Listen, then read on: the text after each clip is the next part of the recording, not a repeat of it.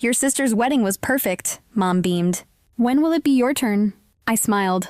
It already happened. You just weren't there. The room froze. Glasses paused midair. Music thinned to a nervous thread. I reached into the hidden pocket, slid my ring onto my finger.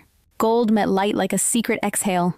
Jessica stared, bouquetless, perfectly stunned. Dad changed colors, pink then storm.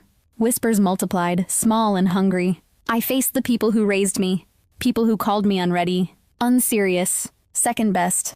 My name is Morgan. This is how I stopped asking for permission to live my own life. Have you ever faced something like this? Tell me in the comments. The truth landed harder than the bouquet. I grew up in Jessica's shadow, 3 years behind her spotlight. She was effortless, pretty, popular, always the center. I was frizzy, bookish, late to bloom, easy to overlook. Mom is Linda. Dad is Robert. Their favorite was never hidden. At 16, Jessica got a car. I got responsibility speeches. She received a full-ride dream school. I clocked 2 jobs for tuition. When Jessica announced her engagement, money appeared like magic. My parents offered to fund everything. When I mentioned dating seriously, Mom suggested improve yourself first. David changed the weather inside my life. Pediatric nurse. Kind. Funny. Gentle in hard places. He saw me, not a comparison chart. 18 months later, mountains, sunset, his voice shaking. He proposed, no audience. It wasn't flashy, it was true. I said yes. Yes. I called home. Mom said, "Are you sure you're ready? Think career." Dad said, "Wait until Jessica marries. Don't steal her thunder." The months after were Jessica appreciation season. Pinterest boards, dress fittings, menus, flowers. Any mention of my engagement evaporated like steam from tea. At the bridal shower, I stuffed envelopes and fetched ribbon. Aunt Margaret asked about dates. I opened my mouth. Mom cut me off. "Morgan isn't ready. Jessica's more mature." Jessica smiled kindly and said nothing. Somehow that silence bruised more than words. I cried into David's shoulder for 2 hours. "What if we just do it?" he whispered. "Stop waiting for permission to be happy." The idea scared me. It fit perfectly. We planned a small, secret ceremony at the gardens. His parents cheered. His sister offered to zip my dress. Their warmth made my family's chill embarrassingly obvious. Maria would photograph. Rose would tie eucalyptus and white daisies. Rebecca and Tom would witness.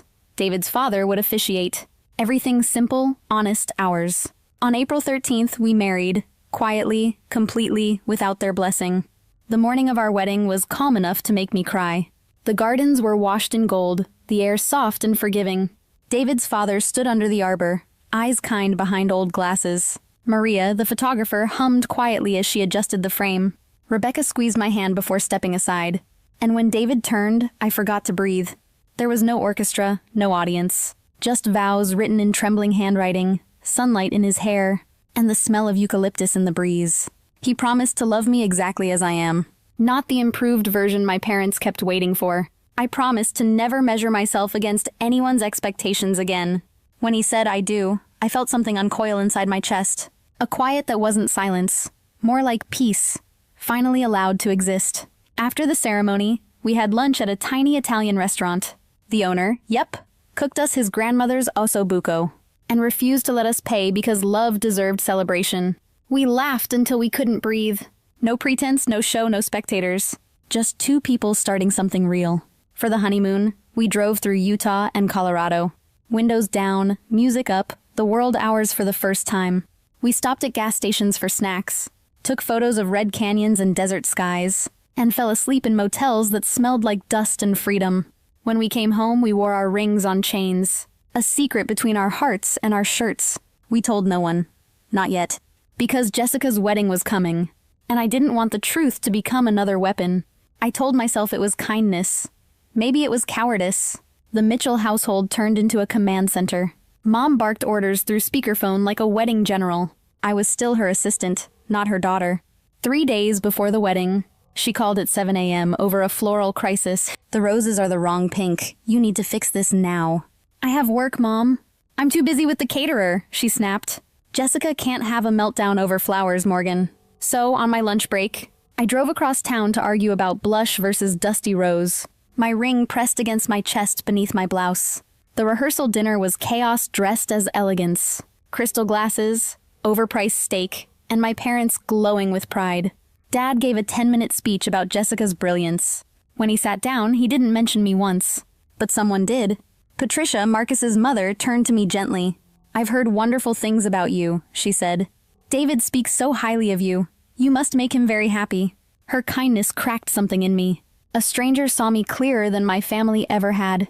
Jessica's wedding day was approaching fast, and for the first time I wasn't afraid of it, because deep down, I knew something they didn't. The bouquet toss was coming, and this time I wouldn't be empty-handed. The ballroom shimmered with soft lights and champagne noise. Jessica twirled on the dance floor, glowing in her second dress. Everyone looked drunk on perfection. Then the DJ called for the bouquet toss. "All single ladies, come on up." I hesitated, but Mom's voice pushed me forward. "Go on, Morgan. Maybe it'll be your turn next." The irony almost made me laugh. I joined the crowd, pretending I belonged there, pretending I was still waiting for something I already had. Jessica turned her back, tossed the bouquet high.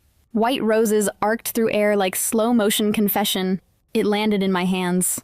Cheers erupted. Someone shouted, "Morgan's next!" And that's when Mom appeared beside me, glowing and tipsy. "Your sister's wedding was perfect," she said. "When will it be your turn?" I smiled. "It already happened. You just weren't there." The room froze. Forks stopped. Music hiccuped. Dozens of heads turned toward me. I reached into the pocket I'd sewn into my bridesmaid dress, pulled out the gold ring that had waited long enough, slid it onto my finger where it belonged. Mom blinked. "What do you mean?" "We got married," I said evenly.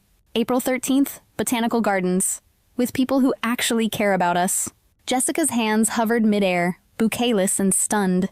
Dad's color shifted from confusion to crimson. The guests whispered like wind through glass. "You're joking," Mom whispered. "Not at all," I said. "We have photos, a marriage certificate, the works." Jessica found her voice. "Why didn't you tell us?" "When should I have?" I asked. "During your shower? At your fittings? Between Pinterest updates?" Mom's lips trembled. "We would have wanted to be there for you." I laughed once, sharp as broken stemware. "Really?" "Because every time I tried, there wasn't space left for me." Dad stepped forward, voice low. "This is inappropriate, Morgan." "Is it?" I asked. "You celebrate marriage, right?" "I'm just sharing mine." People were staring now, some horrified, others fascinated. Cameras lifted discreetly. Whispers scattered like ash. Jessica's face hardened. "You just couldn't stand that tonight wasn't about you." "This isn't about you, Jess," I said quietly. "It's about finally being seen after 28 years. Mom's eyes filled. "We love you both equally." Then why did it always feel like I was auditioning for it? The band had stopped playing. Even the waitstaff had frozen mid-service. Only David moved. He came to my side, calm, certain. "Maybe we should go," he murmured. "Good idea." I faced the silent room. "Thank you all for helping us celebrate," I said softly. "It's been enlightening." We walked out together, the music starting again behind us, as if the night was desperate to pretend nothing had happened. But the truth was already louder than any love song they played. The silence didn't end that night. It just changed shape. By morning, it had turned into noise. Calls, texts, voicemails, outrage. Mom cried through 17 messages. Half apology, half accusation. Jessica sent paragraphs, each one angrier than the last. Dad didn't call. He never does. He had Mom deliver his disappointment for him. "You embarrassed the family. You ruined your sister's wedding. You made everything about you." It was strange. After years of being invisible, suddenly everyone couldn't stop looking at me. But not all voices were angry. My aunt called, proud of me for standing up. Cousins texted, saying they'd always seen the favoritism. Even a few of Jessica's friends messaged. "Honestly, you just said what we were all thinking." David's parents invited us for dinner that weekend. His mom hugged me like I'd survived a war. "You're our daughter now," she said, "and you'll never have to earn a seat here." 3 weeks later, Mom asked to meet. A peace talk, she called it. David came with me, steady and quiet. The restaurant felt too bright for what we were doing. Mom cried within minutes. Dad stayed rigid, cutting his steak like it had wronged him. "We just wanted Jessica's day to be perfect," Mom said.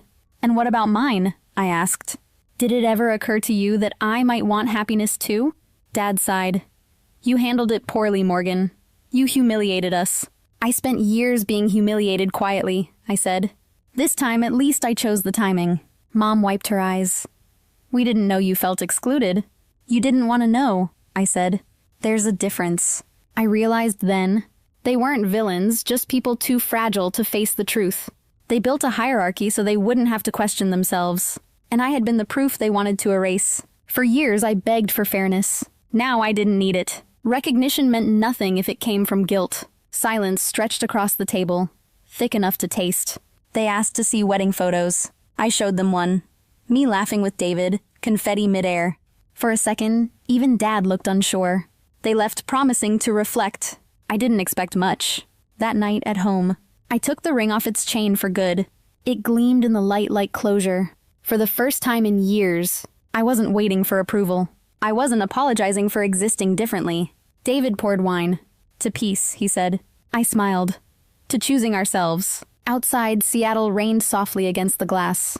The city lights looked like 1,000 tiny witnesses. Freedom doesn't always roar. Sometimes it just breathes and refuses to explain itself. 6 months later, peace feels strange. Not loud, not dramatic, just quiet, like a house after a storm. My parents still call sometimes. Mom talks about starting over.